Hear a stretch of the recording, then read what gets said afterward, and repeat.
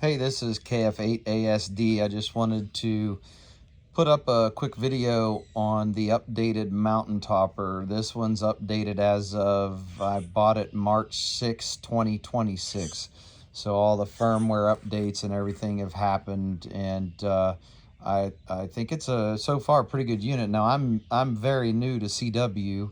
I'm still trying to get my wings with it, but it's been a lot of fun trying, and I've been practicing on a straight key, so using these paddles has, I mean, it's going to either make me a great paddle operator, or it's going to destroy me. I don't know which. But there are a couple things about this radio that I had to jump into pretty quick. It kept shorting out on me, and I was like, what is going on? And so this receiver here for the DC power plug was loose. It was spinning and rocking around.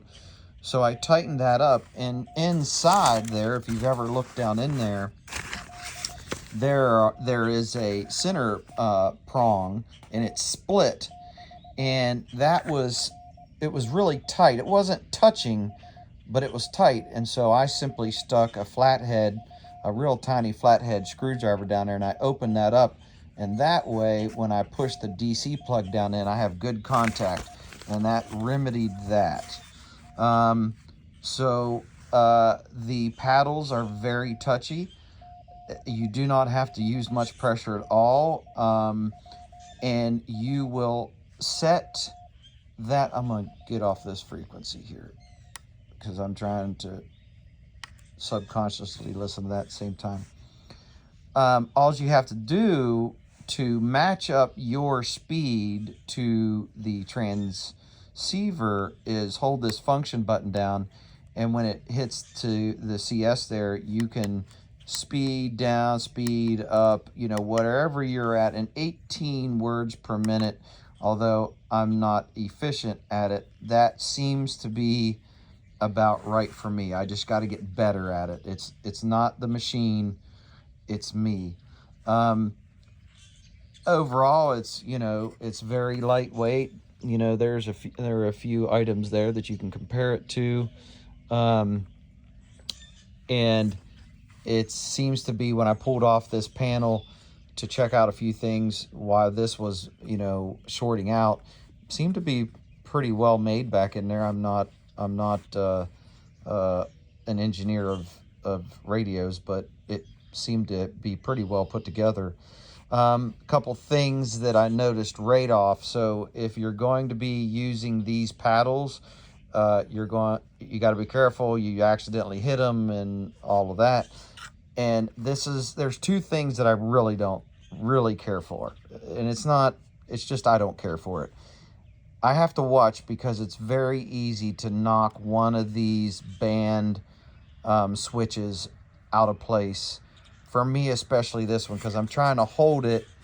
You know, I'm trying to get my thumb in here to hold it so I can use the paddles, and I've accidentally knocked this one out. And then I couldn't figure out what was going on until I found it. So that's something to be mindful of. Is it a deal breaker? Surely not for me, but it is something to be mindful of. The other aspect of this CW transceiver is this volume control. I'm constantly pulling out my knife and sticking it in there and turning that one way or the other, because sometimes people just really are sending a strong signal through my headphones, and that can be a little nerve-wracking. So if I had the perfect setup out of this mountain topper, these would be different, or at least something would be over them to protect them a little bit. Of course, that adds cost, I understand. And I would just give me something. You know, just give me something to turn that with. Other than that, it's been pretty solid. I tried to make a few contacts today, and I'm sure I was driving the POTA activators nuts because I was really struggling with the paddles. So whoever you were, my condolences. I'm sorry. There was one activator in Florida, and I didn't catch your call sign. You went QRP after I think you and I made a QSO. So thank you for being patient with me. I think we made it happen. But yeah, it's been pretty cool to mess with. The sound is great. The paddles are touchy, but you can dial that in a little bit. I'll show you the SW. Let me make sure no one's on there. Yeah, so if you just hit your, you can see I'm putting out 4.1 watts at 1-to-1 SWR. So I'll show you how touchy they are. Let me turn this back up. Okay, here we go.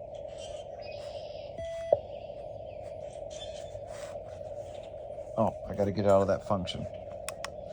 Okay, so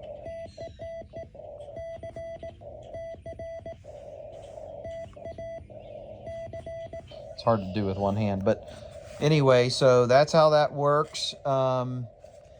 Yeah, pretty neat. I'm a veteran. I'm a Marine Corps veteran, so I really wanted to get my hands on this when I saw it because I think that's really cool, even though that's an Army thing, but that's pretty freaking cool.